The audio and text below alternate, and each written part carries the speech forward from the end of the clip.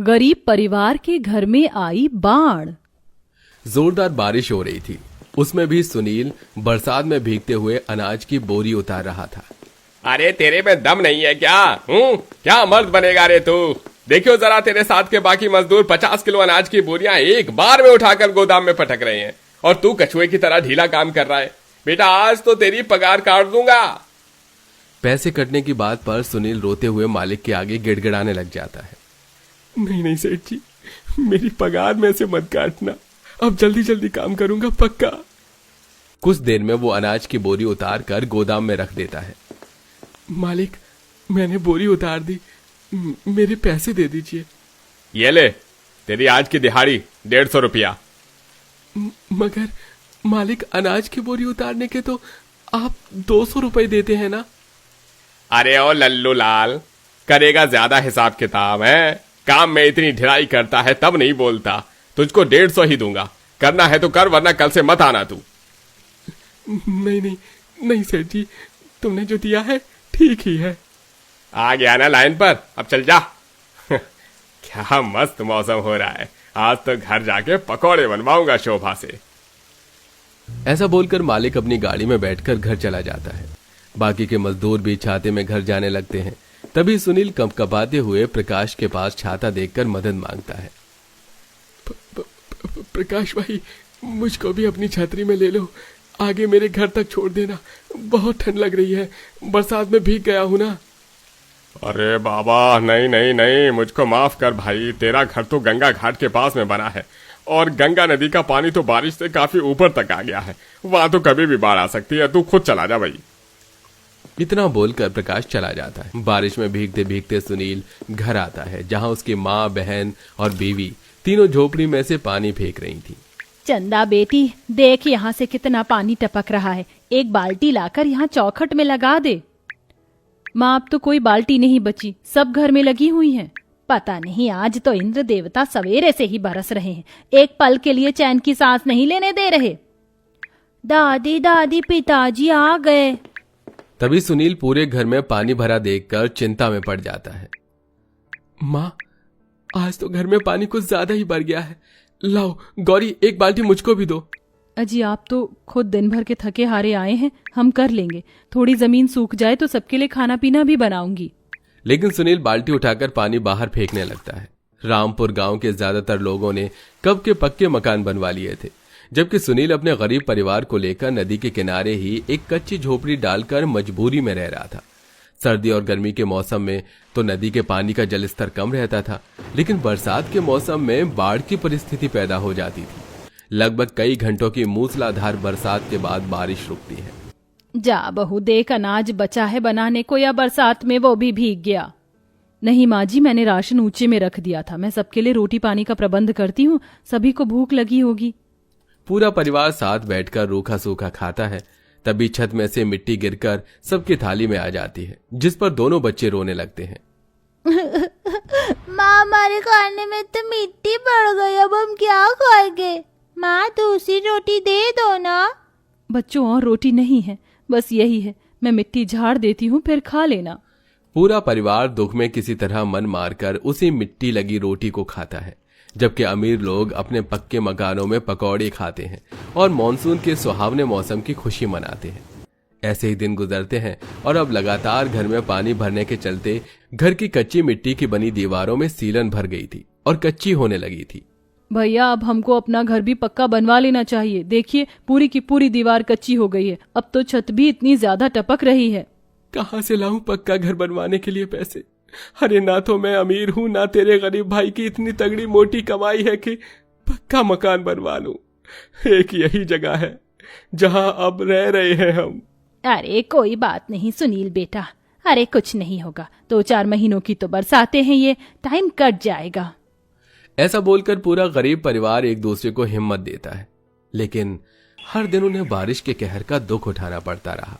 जहां वो दिन भर पानी साफ करते तो वहीं रात में भी सो नहीं पाते थे। बेचारे गरीब परिवार वालों का दिन रात जैसे बरसात का पानी साफ करने में बीत जाता है। एक दिन गौरी नदी पर पानी भरने आती है तो पानी का जलस्तर काफी ज्यादा बढ़ा देखकर वो डर जाती है। हे भगवान, नदी का पानी तो उफान पर आ गया है, अब हम कहाँ जाएंगे? यही सोचकर पूरा परिवार परेशान होने लगता है और रात में सब बातचीत करते हैं। जी आप कैसे भी करके अपने मालिक से पैसे ले आओ, घर पक्का नहीं हुआ तो हम सबको फिर से दर दर की ठोकर खानी पड़ेगी। ठीक है गौरी, मैं कल मालिक से पैसे मांग कर देखता हूँ। अगले दिन सुनील अपने मालिक के पास आकर पैसे मांगता है। सेठ जी, मुझे पैसों की जरूरत है। मेरा घर बहुत ही कच्चा हो गया है, उसे पक्का करवाना बहुत ज्यादा जरूरी है, वरना मेरे परिवार पर बड़ी दुख मुसीबत पड़ जाएगी। अरे तो इसमें मैं क्या करूं भाई, मेरे पास थोड़े पैसे का पेड़ लगा है, मैं नहीं मदद कर सकता। दुख की उस स्थिति में सुनील का मालिक भी उससे आंखें फेर लेता है। निराश हताश होकर सुनील आंखों में आंसू लिए घर लौटता है। तभी हर दुकानों पर चल रहे समाचार में बाढ़ की खबरें सुनाई जाती हैं, जिसे सुनकर वो दिल पर हाथ रख लेता है और भागा भागा घर लौटता है, जहां दीवार का एक हिस्सा नदी की लहर से टूट गया था और घर में पानी तेजी से आ रहा था। सास बहू बेटी उसे निकाल रही थी और दोनों बच्चे बिजली कड़कने की आवाज से सहमे से बैठे थे। हे भगवान, इतना पानी निकालने के बाद भी पानी तो कमर तक आ गया है। माँ, चंदा, गौरी, जल्दी जल्दी सामान बांधो। अरे पर क्या बात है सुनील, तू इतना हाँफ क्यों रहा है? सब ठीक तो है? कुछ भी ठीक नहीं है माँ। अभी समाचार में बताया कि गढ़गंगा नदी में बहुत तगड़ी तबाही भारी बाढ़ आई है और हमारी गंगा नदी भी उसी नदी से मिलती है। बाढ़ का पानी किसी भी टाइम आने वाला है। माँ, सामान बांधिए। ये सुनकर सुलोचना व्यथित मन से अपने कच्चे मकान को निहारते हुए कहती है, किसी तरह इस घर में टाइम तो कट रहा था, अब ये जगह जमीन भी छिन जाएगी। कब तक और कहां कहां दर दर भटकाएगा भगवान तू। पूरा परिवार सामान इकट्ठा कर ही रहे थे कि नदी का पानी बाढ़ की लहर में बदलकर घर में तेजी से भर जाता है और घर की एक दीवार टूटकर खाट में पड़े सोमनाथ पर ढह जाती है। माँ, अरे बचाओ बचाओ। तड़पते तड़पते उस बेचारी की चीख बाढ़ की लहरों में समाकर शांत हो जाती है और पूरा परिवार बाढ़ में बहने लगता है। आंखों के सामने पति को खो देने के बाद सुलोचना सुध बुध खो देती है। सुनील के बापू कहाँ चले गए तुम? मुझको भी संग में ले चलते, तुम्हारे बिना मैं जी के क्या करूंगी। माँ जी, ये वक्त धैर्य खोने का नहीं। चलिए माँ जी, ये जमीन बहुत कच्ची है, घर गिर सकता है किसी भी वक्त। जैसे पूरा परिवार घर से थोड़ी दूर आता है, घर बाढ़ में टूट जाता है और कई फीट अंदर तक सुराख हो जाता है, जिसमें बाढ़ का पानी प्रलय की तरह मंडराने लगता है। बाढ़ का ऐसा दहशत भरा नजारा देखकर सभी का दिल दहल जाता है। तभी बाढ़ के तेज लहर में मोहित का हाथ छूट जाता है। बिजली जोर जोर की कड़क रही थी। माँ, पिताजी, मुझको बचाओ बचाओ। हे भगवान, मेरे लाल को बचाओ, रक्षा करो। अजी, मेरे मोहित को बचाओ, अगर उसे कुछ हो गया तो मैं जिंदा नहीं रहूंगी। मैं मोहित को कुछ नहीं होने दूंगा। गौरी, चंदा, आहिस्ता आहिस्ता आगे आओ। सुनील पानी में बहते हुए बढ़ता जाता है। आकाश के पंछी भी बाढ़ के कहर में कोलाहल मचा रहे थे। पेड़ टूट टूट कर गिर रहे थे। बारिश का कहर जैसे संकट बनकर उन गरीबों पर आन पड़ा था। लगातार तूफानों और बारिशों से लड़ते हुए उन सब का शरीर निर्बल हो चुका था। हम में से कोई नहीं बचेगा, हम सब गंगा मैया में मिल जाएंगे बहू, हम नहीं बचेंगे। माँ जी, हिम्मत रखिए, हम बच जाएंगे। तभी एक हवाई जहाज आसमान में उड़ता दिखता है जो उनकी तरफ आ रहा था। घबराइए मत, हम आप सबको बचाने आए हैं। बचाव दल को देखकर गरीब परिवार की टूट चुकी आशा फिर दोबारा जगती है।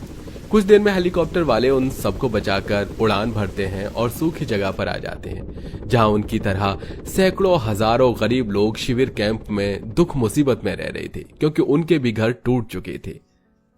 देखिए, फिलहाल आप लोग खा पीकर आराम कीजिए और किसी बात की चिंता मत कीजिए। सरकार की योजना के तहत जितनों के घर गिर गए हैं, हम आपको काम देंगे जिससे आप अपना घर बना सकते हैं। यह सुनकर सबको तसल्ली सी आती है। अब सुनील के साथ उसकी बहन और पत्नी दोनों काम करवाती हैं, जिससे वो तीनों थोड़े पैसे में खाते हैं और बाकी की कमाई घर के लिए बचाने लगते हैं, जिससे कुछ महीनों में वो एक छोटा पक्का मकान तैयार कर लेते हैं और हंसी खुशी रहने लगते हैं।